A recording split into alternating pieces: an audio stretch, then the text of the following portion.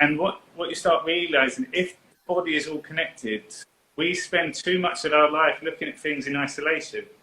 It's not just lungs. Connected, all of a sudden we're getting new nutrients, we're moisturizing, we're hydrating. All of a sudden our muscular system is working, our nervous system is having new responsibilities. Our skeletal system that's been crushed in here over time increases. My posture, my confidence, my six-pack from your breath. And that's the most powerful thing. I could go into on another level as well, but this is what we're trying to get people to realize. We don't have to go down the biology route of all the little things that are happening.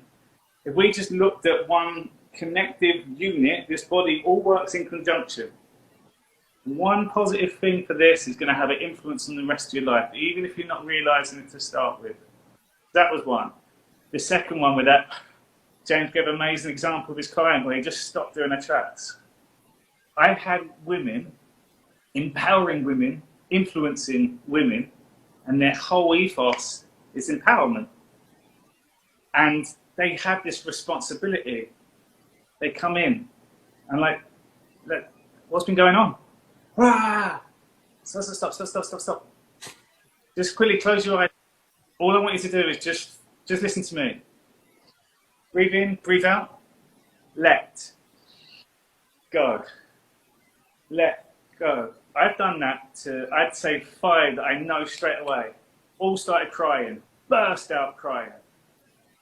Because you gave them the space to breathe, to be free, for the soul to come through. So I've got a new insight when you're talking. I'm pretty convinced oxygen starves the ego. Cool, oxygen, that's nice. Oxygen is the transportation for your soul throughout your entire system. That's the title of this video. That's oxygen starves the ego. That is so, so true. Yeah, because when you do that, I'm just thinking, so I was just literally thinking every time, because this breathing exercise, again, what me and Harry talk about, we do every day. It's not, again, this is something we were saying the other day about experiential knowledge. Experiential knowledge outweighs any book you can read in your life. Try stuff like this for yourself and see what it does for you. But yeah, I was just thinking every time, because what I definitely will use the breathing exercise for is whenever there's a decision to be made and it might be a bit of a stressful, like you just go, like, and again, your ego will be, even now my ego tells me, no Jay, you ain't got time to do, I ain't got time to breathe. Is that what my ego is telling me? I ain't got time to breathe, to go and just sit for 10 minutes and make a conscious effort to breathe. It shows you how powerful the ego is, but it does.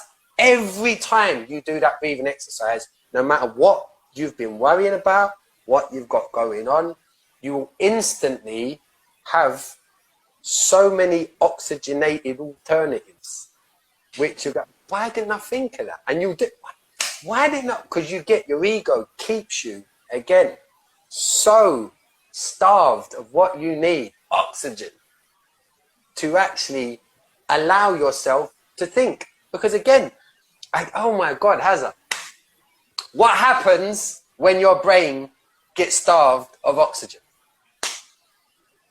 What happens? We go into fight or flight mode. It's a panic. No, I'm talking what you hear on like people that have say drowned. They've been under for 7 minutes. They're resuscitated, but because their brain was starved with oxygen for so long, very common, they'll have severe mental health issues, brain damage.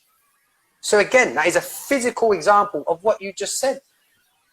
Is oxygen starves the ego, because our minds are egotistical minds, and that's a physical example. So you, again, look into it. Look, there's so many stories. In fact, I watched a really good one